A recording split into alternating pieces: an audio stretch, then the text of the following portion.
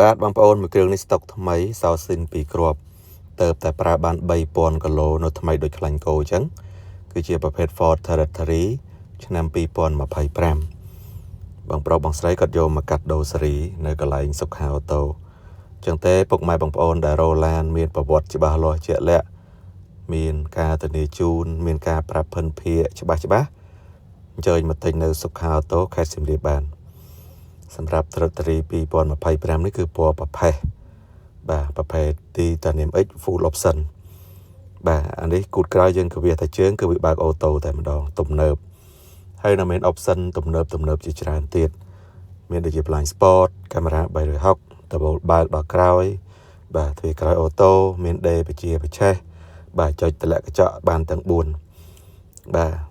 ឡាននេះបងប្អូនមិនបាច់បារម្ភរឿងប្រវត្តិមានបញ្ហាមានអីទេបាទធានាជូនឡានមូល 100% នៅថ្មីដូចខ្លាញ់គោបាទគាត់ថាបងប្រុសបងស្រីគាត់តម្រូវការប្រើ pick up អញ្ចឹងទៅក៏គាត់យកមកកាត់ដូរឡាននៅធានាពីក្រុមហ៊ុនបងប្អូនណាបាទបញ្ជាក់ជូនមិនមែនឡានទៅតែប្រើបាន3000គីឡូខូចហើយគាត់យកមកកាត់ដូរមិនមែនទេបាទទៅជែកឲ្យច្បាស់អញ្ចឹងបាទនេះបងប្អូន3000គីឡូនៅធានាពីក្រុមហ៊ុនឡានអត់មានបញ្ហាទេបាទនៅថង់នៅ sticker អត់ទាន់បកទាំងអស់បងប្អូនបាទដោយសារវាថ្មីឡាននេះបាទ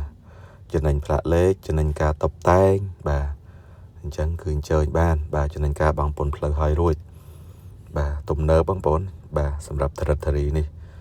បាទអញ្ចឹងសម្រាប់ពុកម៉ែបងប្អូនដែលចង់លក់បាទជាពិសេសមកទឹកខ្លាញ់គោតាក់ទងសុខាអូតូបានយើងខ្ញុំទទួលទិញ25ខេត្តក្រុងបាទแล้วសូមបង្ហាញ option អានេះយើងចុចតម្លាក់កញ្ចក់បានទាំង4ហើយកញ្ចក់លើក៏វា slide បើកដែរបាទអញ្ចឹងទំនើបអានេះយើងចតហាក្តៅអីយើងចុចតម្លាក់ដើម្បីខ្យល់វាឆ្លងទៅបាទហើយសម្រាប់មួយទៀតគឺអាចដេបញ្ឆេះពីចម្ងាយបាន